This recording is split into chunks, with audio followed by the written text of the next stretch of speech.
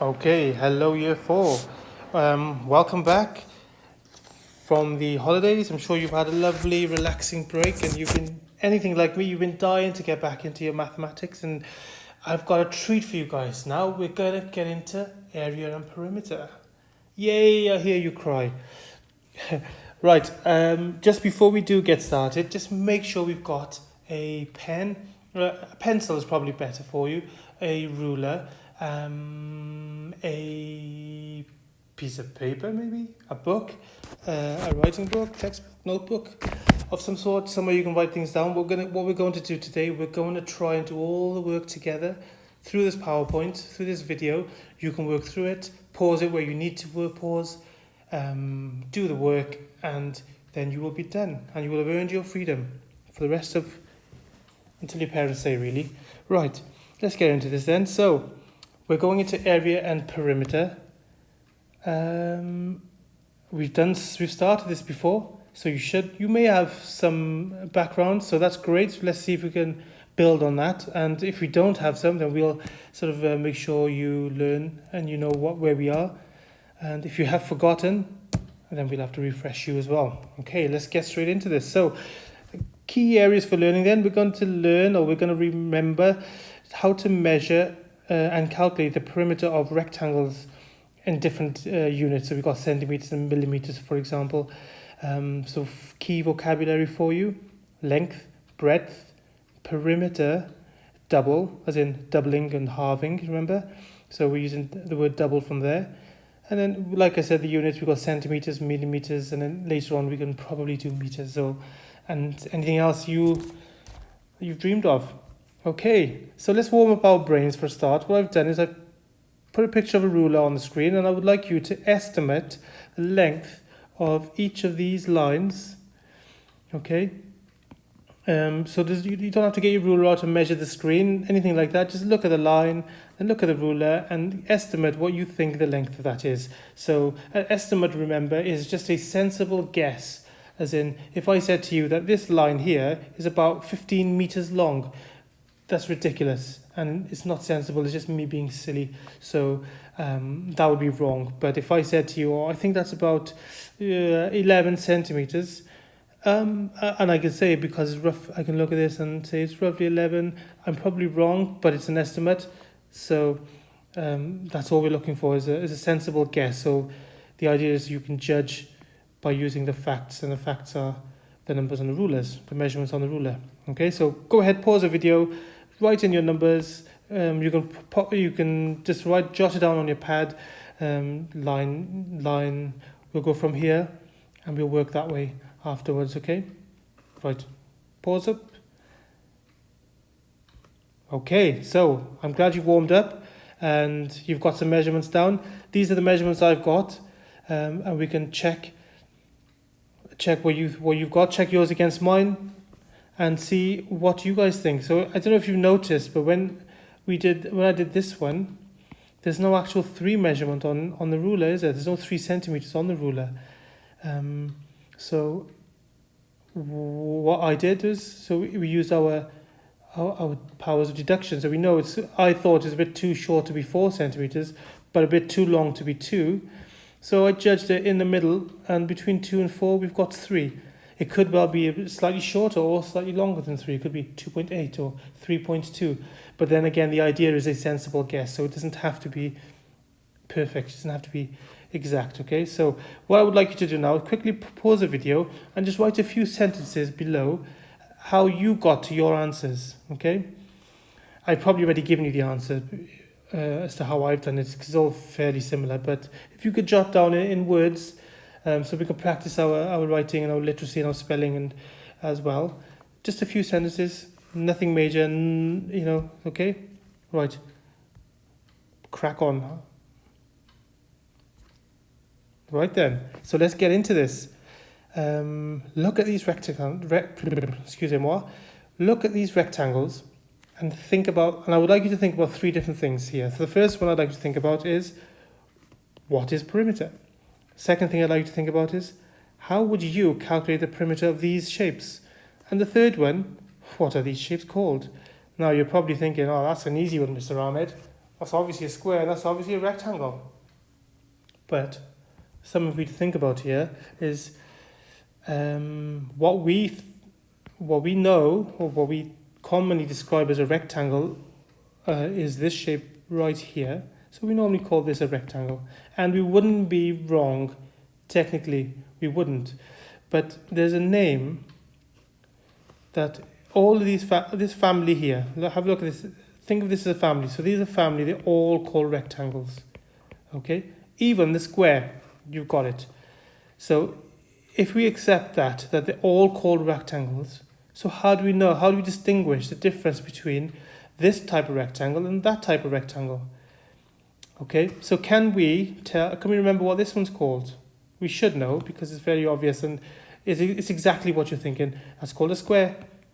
Okay, that there, is called a square rectangle. So if we think of rectangle as the surname or the second name of this shape,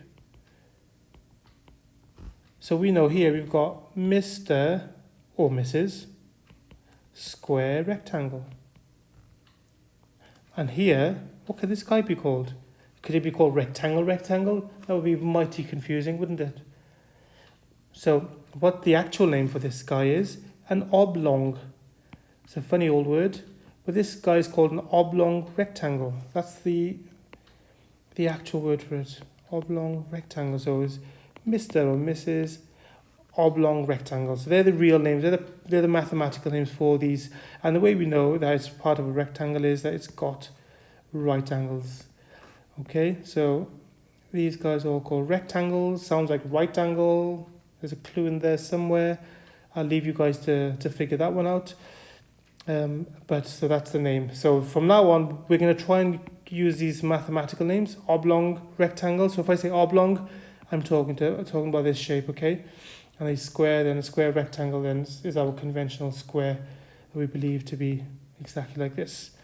Okay, I hope that's nice and straightforward for you and it hasn't blown anyone's mind, because we're about to go down and do a few more exercises. So going back to the questions that I've asked you, what is perimeter? I'd like you to look at these pictures and think about this question. What is the perimeter? So imagine here we've got our very own beach. Oh, what a lovely beach. And a beach sounds lovely this time of year, especially considering we're all on lockdown. We're all stuck in our homes in different capacities. So imagine this is our beach and we don't want any of those year 3 kids or year 5 kids coming onto our beach. Okay, so we want to know, so we're going to go and buy a fence and put up our fence along the edge so none of those rascals can come in. So in order to buy our fence, we need to know how long, we need to know the perimeter. So the perimeter then is any distance around the outside. Okay, it's our boundary. You can call it a boundary. You can call it the edge. You can call it any word that describes the the boundaries of the shape. So here, I've used arrows here to show you the boundaries or the edges or the perimeter. Okay, and then below here we've used letters. Okay, so different ways of doing it, but they all mean the same thing. They all mean that's our perimeter, and that's what we're going to be measuring if we need to measure it. Okay, so life on the beach, eh? Right. So next point rather. So the perimeter is the distance around the outside of a shape, also known as a boundary, like we've just mentioned. We've got here. So look at these shapes. They are all members of the rectangle family. Again, what we mentioned, this is the oblong fella, and this here is a square guy. Okay, so square and the oblong, they're all part of the same family. So how do we calculate the perimeter? I hear you screaming at your monitors. So we know that in a square, all sides are what? Exactly. All squares are equal. All sides are equal in a square rectangle. So therefore, if I have 6 centimeters as one side, we know that all the other sides will also be 6 centimeters. Perfect. Okay, so have a look at this. What do these lines mean? So these lines have been drawn here to tell you that all of these sides are equal. They're all the same length. So that means that's 6, 6, 6, and 6 centimeters. Okay, so the easiest, the most basic way of working out the perimeter wouldn't be the most efficient, but the most basic way would be 6 plus 6 plus 6 plus 6. That's 4 sides of the square, so 4 sixes. Okay, and I'm sure all your mathematicians know what this is. The answer is 24 centimeters. Okay, but that can be quite long, can't it? Especially if there's double digits in here. So if it was like 12 or 13 centimeters, it can get quite long. This equation can get quite long. We've got to find a way of simplifying and making it easier to write down. And that's what maths is about, is trying to shake everything down and try and make it easier, more efficient to find out the answer. So I know that 6 plus 6 is 12. And I know 6 plus 6 is 12 here as well, don't I? So that could be one way of doing it. Again, that's 12. That's double. Okay, 12, double 12 is 24 centimeters. But what could be another way of doing it? Okay, so I know I need 6 4 times. I need 6 4 times. Can you see that? So we can all use our multiplication tables. So we got 6 times 4, which is nice and simple. Again, it's 24, isn't it? 24, 24, 24. So on this example, 6 times 4 is 24. Therefore, our perimeter here is 24. But what have I missed? Can you see it? Any of you eagle-eyed mathematicians, can you spot it? Correct. I have forgotten my units, the all-important units. Okay, so always is centimeters. Also there. So that's how you work out the perimeter. Nice and simple. 6 times 4 is 24. Now, nice and easy. So this is your go. Go ahead and pause the video, and you can complete this. Remember, these lines mean all sides are equal. I'm going to go ahead and put these on there for you, so we know that in a square, all sides are something. And I'll leave that to your mathematical judgment. Okay, so go ahead, pause the video, figure this out, and I'll be with you in a minute. Okay, I hope you've done it. Shouldn't be difficult, and we might add a little dynamic in here for you. So let's go ahead and get into the answer. So we know we've got 4 plus 4 plus 4 plus 4, if you wanted to do the long way around. So if I wanted to simplify that, I would say that's 4 plus 4 is 8, plus another 4 plus 4 is 8 again, equals 16. Easy, that's fairly straightforward. But like we did with the last example, can we make it even easier by using our times tables?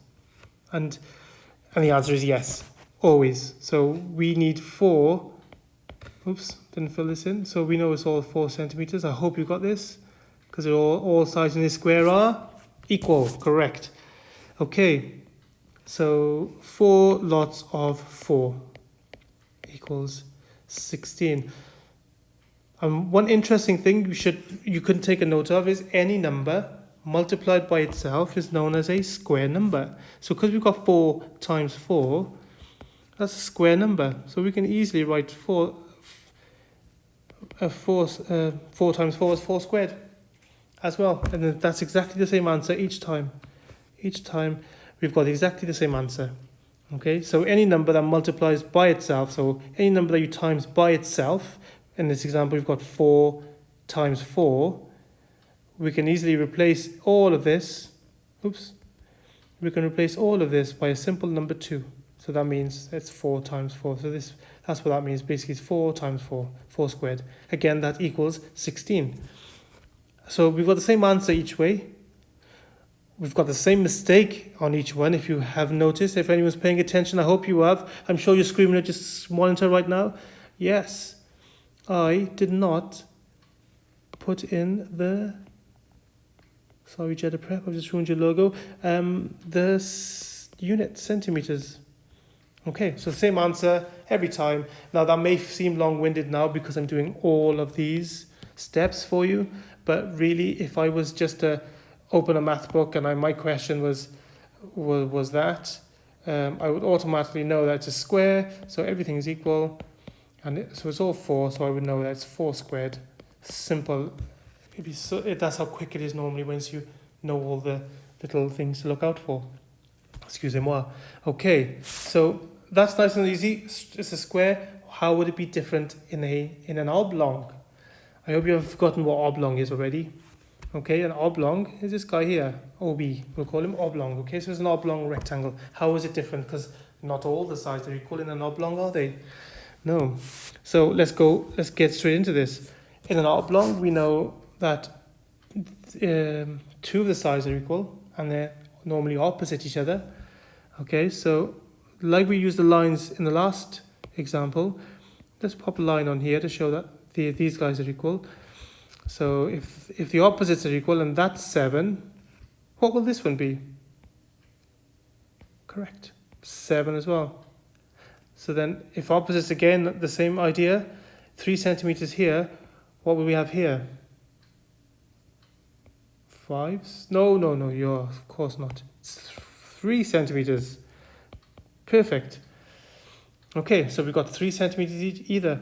And what would we do? We'll have to put a line here and line here, but that can be confusing if it's not drawn to scale as to which the difference between these guys. So what we do in this case is just draw 2 lines to show that this matches with that and this one matches with that one.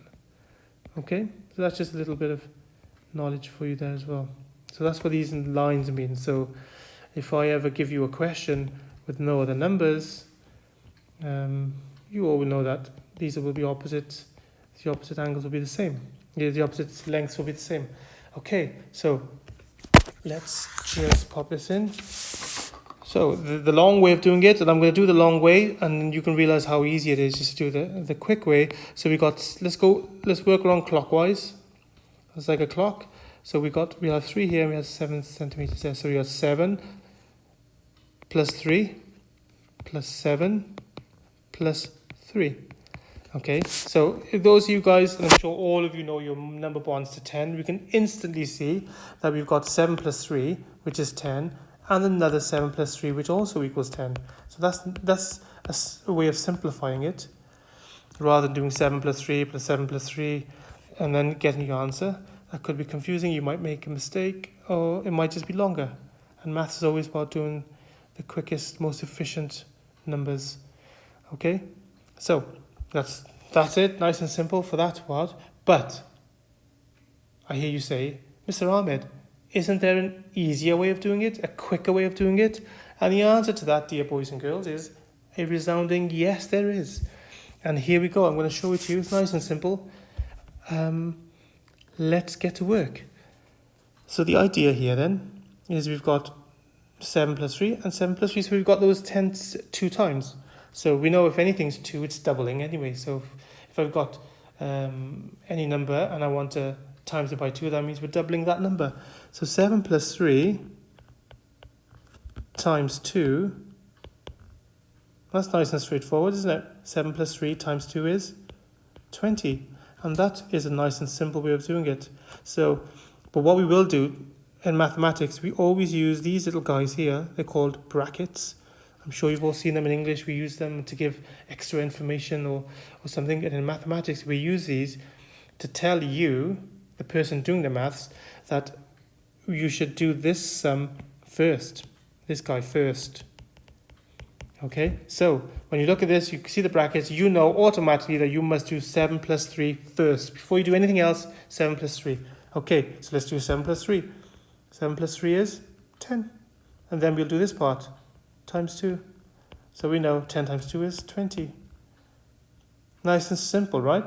Easy. I think you can do this all by yourself. Have a go.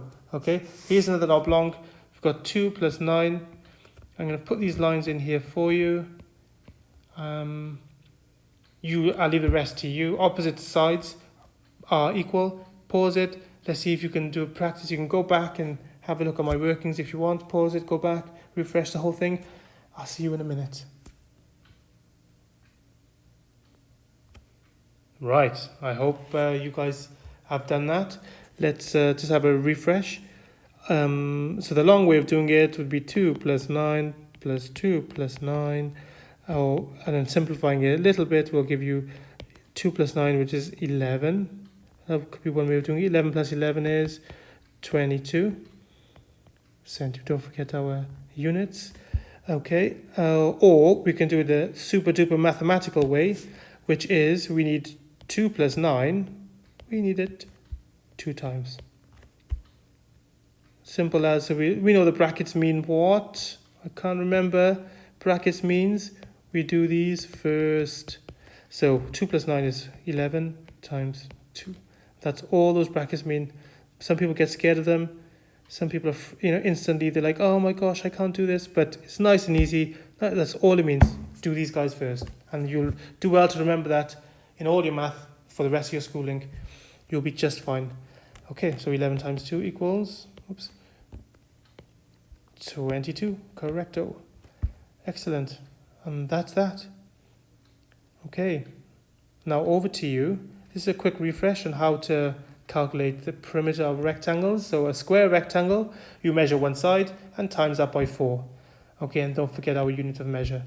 An oblong, which is our and the other oblong rectangle, this is what we normally call a rectangle, but it's an oblong rectangle. We measure the length and the breadth, then add them together, and then whatever we get, we just times that by 2. Okay, so here we did 2 plus 9.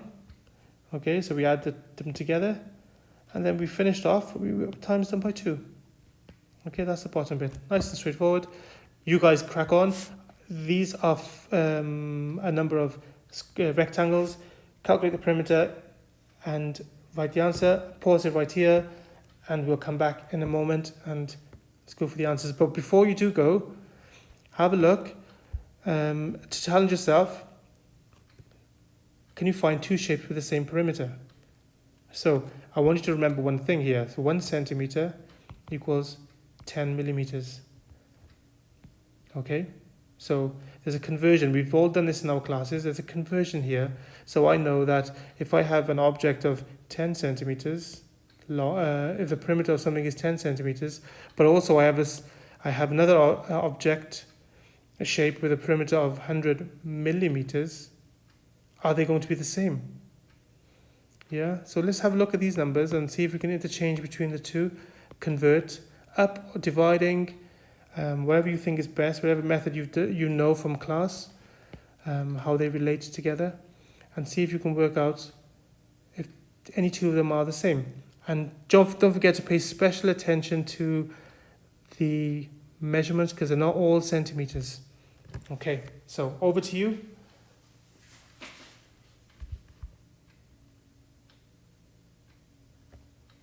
Okay, I hope you guys have done that, and you guys have done really well.